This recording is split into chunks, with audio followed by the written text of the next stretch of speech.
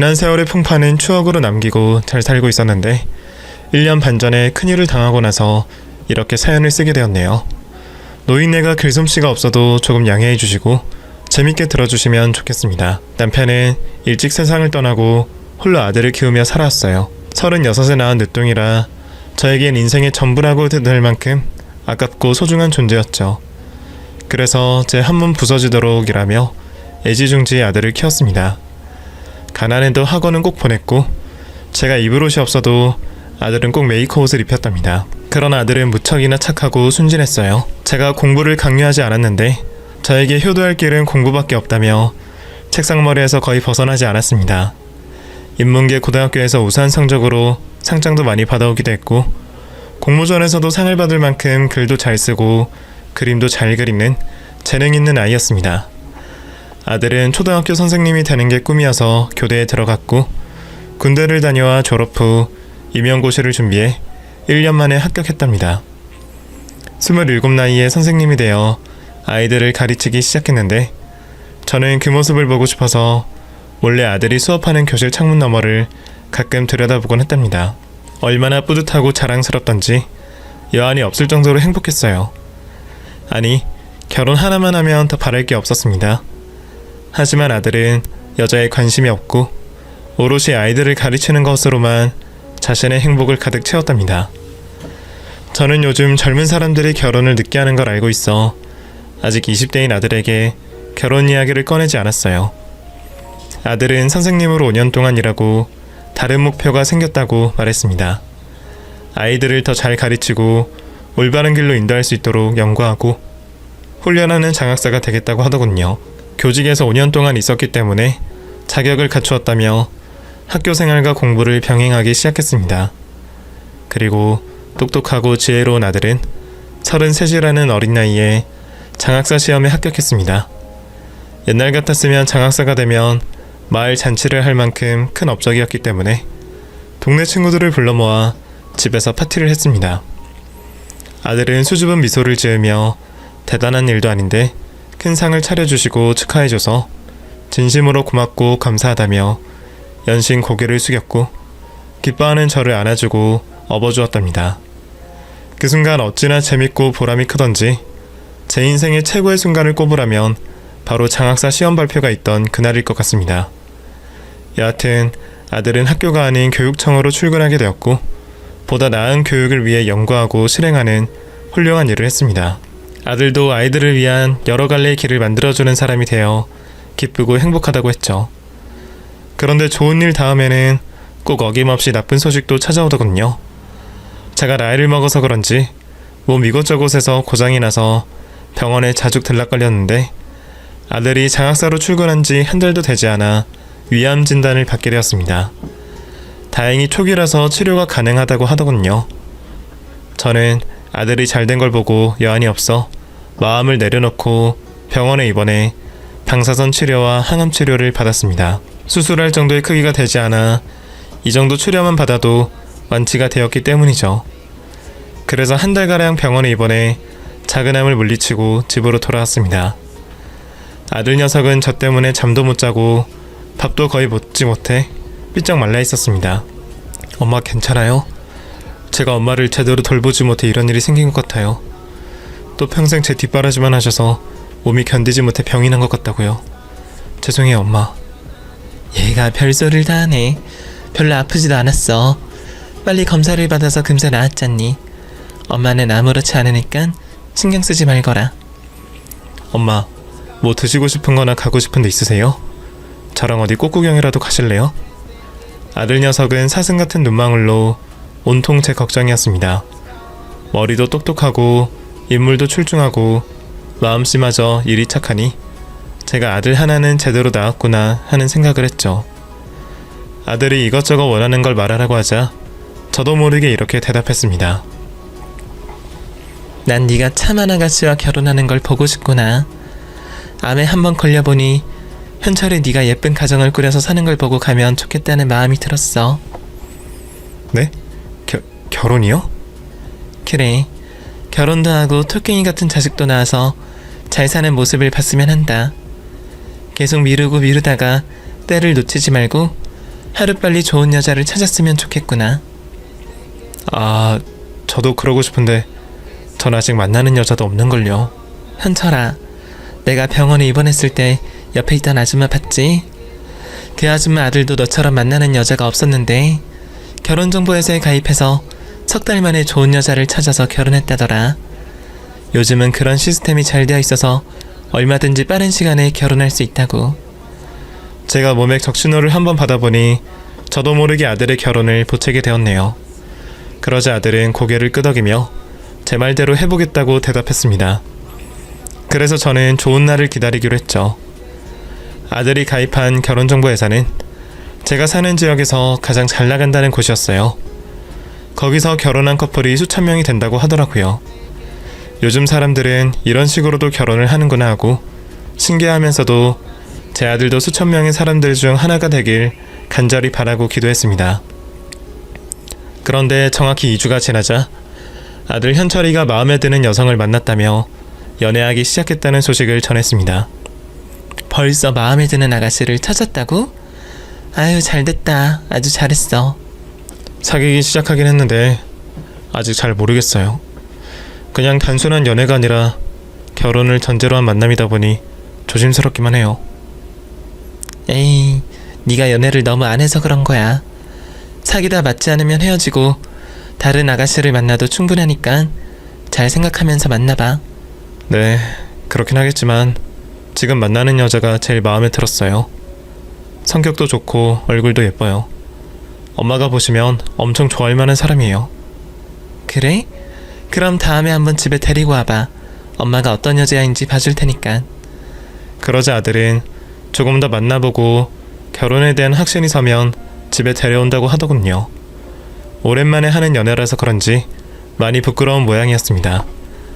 2달의 시간이 지나자 현철이가 예고했던 대로 며느리감을 데리고 왔습니다. 두 사람은 벌써 결혼을 약속했다며 손가락에 똑같은 반지를 나누어 끼고 손을 잡고 들어왔답니다. 저는 흐뭇한 미소를 보내며 예비 며느리를 맞이했고 오랜만에 주방에서 솜씨를 발휘했습니다. 아가씨, 차린 건 별로 없지만 많이 들어요. 어머님 차린 게 없다뇨. 너무 많아서 뭐부터 먹어야 할지 모르겠다고요. 그리고 어머님, 말씀 편하게 해주세요. 저 현철 씨랑 결혼하고 싶은 여자입니다. 어머님의 며느리가 되고 싶어 온 사람이니 말씀 놓으세요. 아가씨가 말도 예쁘게 하네. 알았수다. 내가 말을 놓도록 하지. 그런데 아가씨는 하는 일이 뭔가? 저는 직업 같은 건 상관없다 생각했는데 입에서는 먼저 하는 일을 묻게 되더라고요. 저도 어쩔 수 없는 노인네인가 봅니다. 제 물음에 며느리감이 대답했습니다. 저는 초등학교 교사입니다. 여기서 멀지 않은 우승 초등학교에서 아이들을 가르치고 있어요. 그게 정말이야? 현철이도 얼마 전까지 선생님이었는데 역시 사람은 비슷한 사람끼리 만나야 하는 법인가 봐. 두 사람 너무 잘 어울려. 하는 일도 비슷하고 생각하는 가치관도 비슷할 테니 정말 잘 됐어. 네, 맞아요. 저도 최종 목표는 현철 씨처럼 장학사가 되는 거예요. 물론 어렵겠지만 오빠랑 똑같은 길을 가고 싶습니다. 아들이 데리고 온 며느리감은 얼굴과 성격만 마음에 드는 게 아니라 교육자라는 것까지 똑같아서 너무 기쁘고 좋았습니다. 저는 허락하고 말고 없이 두 사람이 원할 때면 아무 때나 결혼식을 올리라고 말해주었어요. 아들과 며느리감은 2달 정도 연애를 다 하고 나서야 결혼을 하겠다고 하더군요. 바로 진행하겠다고 해서 바로 상견례를 치르게 되었습니다. 고급 한식당에 넓고 아늑한 방을 예약한 아들 덕분에 편하게 방석 위에 앉아 사돈 부부를 만나게 되었어요. 음식은 코스로 주문하고 바로 이야기를 나누었습니다. 사돈네가 낯을 가리는 것 같아 제가 먼저 말을 건넸어요. 바깥사돈, 사부인, 두 분은 어쩜 이리도 예쁜 딸을 두셨어요? 정말이지 눈에 넣어도 아프지 않을 만큼 예쁜 사람이에요. 이렇게 귀한 딸을 제 아들과 결혼하게 허락해 주셔서 진심으로 감사합니다. 정중하게 고개를 숙이며 감사 인사를 드렸더니 바깥사돈이 허허 웃으시며 대답하셨습니다. 아이고, 저희야말로 사돈께 진심으로 감사드립니다. 장하삭씩이나 되는 데다 인물 성품까지 훌륭한 친구를 저희 딸에게 주셨으니 저희가 복덩이를 잡았다고요. 사돈, 혼자 아들을 키웠다고 들었는데 정말 대단하십니다. 도대체 어떻게 키우셨길래 이리도 훌륭할 수가 있죠? 칭찬을 주고받자 음식이 나와서 허기진 배를 채우며 대화를 이어나갔습니다. 그런데 안사돈이 실수 하나를 하더군요. 음식 괜찮네. 다들 잘 드시는 걸 보니 기분이 좋네요. 그런데 지은아, 너는 먹는 게 왜 이래?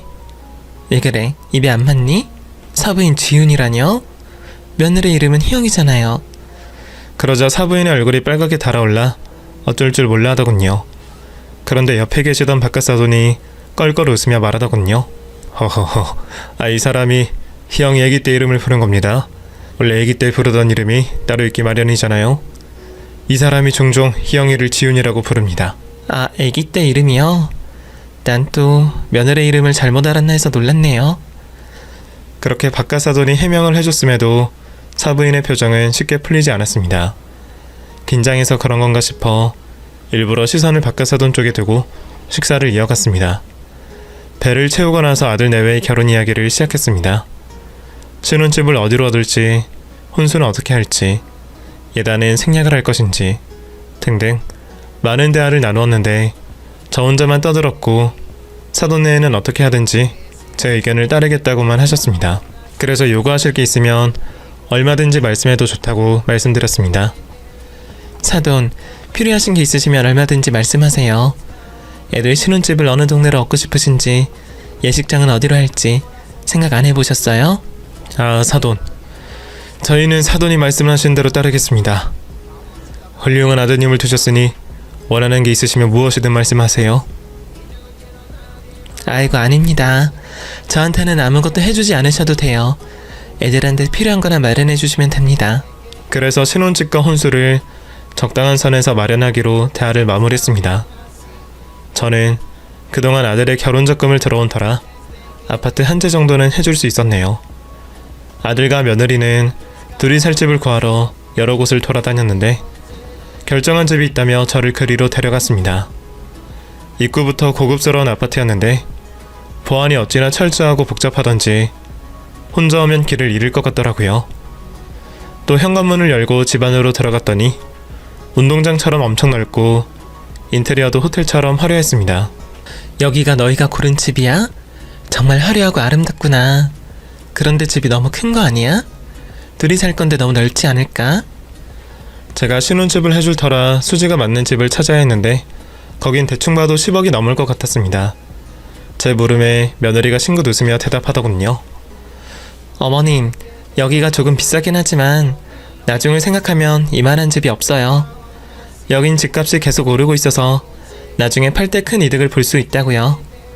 그리고 저랑 현철씨가 나중에 아기를 낳으면 키우기도 엄청 좋아요. 건물 자체가 일반 아파트랑 달라서 층간소음도 없고 이웃들도 모두 현철씨처럼 지적이고 교양 있는 사람들이라 싸울 일도 없다고요.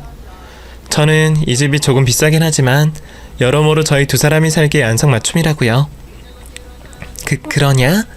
네가 좋다니까 네 집을 해주고 싶다면 내가 이 정도 마련해줄 형편까지는 안 되는데 미안해서 어쩌냐? 제가 다른 집을 구하라는 말을 돌려서 했더니 이번에는 아들 녀석이 말하더군요. 엄마, 걱정 마세요. 저도 모아둔 돈이 있고 대출도 많이 받을 수 있으니 충분히 마련할 수 있어요. 엄마 혼자서 다 감당하실 필요가 없다고요. 너도 이 집이 마음에 드는 거니? 엄마 생각은 처음부터 너무 큰 곳을 정한 게 아닐까 싶은데. 그 집은 누가 봐도 재력이 어마어마한 사람들이 들어가 사는 집 같아서 애들로 말하며 애들의 마음을 돌리게 하려 했는데 제 말을 들어주지 않더라고요. 그래서 일단 생각을 며칠 해보자고 한 뒤 돌아왔습니다. 그리고 아들에게 줄 통장을 꺼내 잔액을 확인해봤는데 그 아파트에 반값도 되지 않는 돈이 들어있었어요. 아들이 장학사이긴 하지만 선생님으로 5년밖에 일하지 않았고 큰 돈을 모으지 못한 걸 알고 있어 5억 이상을 대출받는 상황이 올 것 같았죠. 그래서 이건 아니다 싶어 신혼집을 다른 곳으로 알아보라고 했더니 며느리가 그 집이 아니면 안 된다고 고집을 부렸다네요. 제가 며느리를 잘못 봤나 싶어 오랜 시간을 생각해봤는데 사람은 누구나 태어날 때부터 욕심을 가지고 태어나는 것이고 제가 저렴한 아파트를 마련해 주려는 건 역시 제 욕심이라는 생각이 들었습니다. 그래서 아들이 많은 대출을 받더라도 며느리가 마음에 들어하는 아파트에 들어가 살라고 했죠. 저는 4억이 든 통장을 아들에게 주며 신혼집 사는데 보태라고 건네주었습니다. 그렇게 제가 아들에게 해줄 수 있는 걸 다 해줘서 마음을 비웠답니다. 혼수는 며느리 쪽에서 하는 것이니 제가 관여하지 않고 결과만 보기로 했습니다. 2주 뒤 계약한 신혼집에 혼수가 들어왔다며 구경 오라는 연락에 찾아가 봤더니 사돈도 돈을 엄청 많이 쓰셨더라고요. 어머, 이거 다 외제 아니니? 소파가 한눈에 봐도 엄청 고급지다고. 어머님, 이거 프랑스에서 온 거예요. 우리나라에 딱 3개 들어온 고급 가구라고요. 그리고 침대랑 책상, 가전제품, 식기 도구 모두 유럽에서 비행기를 타고 온 최고급이에요. 어머나, 전부 다 외제품이라는 거니? 얘들아, 비싸고 좋은 걸 산 걸 뭐라 하고 싶진 않은데 너희 두 사람은 교육제 아니니? 이렇게 비싼 제품들을 쓰는 게 옳은 걸까? 어머님도 참, 요즘 누가 그런 구세대적인 발상을 해요? 요즘 초등학교 선생님들 거의 모두가 외제차를 타고 다니는걸요? 그리고 우리나라 제품이라고 해도 그렇게 싸지도 않아요. 아무리 그래도 이건 너무 심한 게 아닌가 싶어. 이 집 자체가 한국이 아닌 외국에 있는 집 같다고. 너희들이 좋다면 내가 할 말은 없지만 처음부터 너무 무리하는 게 아니니? 사돈이 많이 힘드셨겠다. 아니에요. 저희 부모님이 가진 재산이 꽤 많아서 이 정도 혼수는 큰 부담이 되지 않아요. 그러니까 부담스럽게 보시지 말고 그냥 예쁘게 봐주세요, 어머님. 저희 이 집에서 10년은 넘게 살 건데 이왕이면 좋은 걸 쓰는 게 좋지 않겠어요? 제가 아무리 말해봤자 바뀌는 것도 없고 괜히 기분만 상할 것 같아 억지로 미소를 지으며 잘했다고 예쁘다고 말해주며 혼수 구경을 하고 나왔네요. 그런데 문제는 이게 끝이 아니었습니다. 당연히 사돈네가 혼수를 마련해 줬을 거라 생각했는데 집으로 아들의 카드 명세서와 대출금 명세서가 날아와 저를 기절 직전으로 놀라게 만들었습니다. 신혼집 대출금은 물론이고 혼수까지 대출을 받았더라고요. 그 비싼 가구와 집기, 가전제품 모두가 사돈과 며느리가 아닌 제 아들이 다 구비했던 겁니다. 그 순간 가슴이 철렁하고 주저앉았고 눈밑이 심하게 떨리며 겁이 났습니다. 저녁에 아들이 집에 들어오자 바로 말을 꺼냈습니다. 현철아, 너 이거 보니? 신혼집 대출금뿐만 아니라 혼수까지 대출을 받았더라? 금액을 보니까 혼수금으로 딱 떨어지는 것 같은데 내 말이 맞지? 이게 왜 우편으로 날아왔지? 핸드폰으로만 보내달라 했더니 왜 집으로 이런 걸 보낸 거야? 이 사람들 일을 어떻게 하는 거야? 지금 그게 중요하니? 현철이 너 이게 말이 된다 생각해? 예식장 비용도 네가 다 내고 신혼여행 신혼집 게다가 신부 쪽에서 해야 할 혼수까지 왜 모든 걸 네가 하자는 거야? 지난번에 분명 네 처가 사돈들이 비싼 혼수를 전부 마련해줬다 했는데 모두 거짓말이었니? 그게 엄마, 흥분하지 말고 제 말을 들어보세요.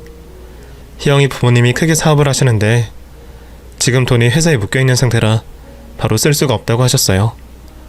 몇 달 뒤에 저한테 다 갚아주시겠다고 했어요. 정말이에요. 사실대로 말하려고 했는데 엄마가 오해하시고 지금처럼 흥분하실까봐 말하지 않은 거라고요. 그 말에 저는 안심할 수 없었습니다. 아무래도 며느리와 사돈네가 수상하게 느껴졌습니다. 현철아, 이건 아닌 것 같아.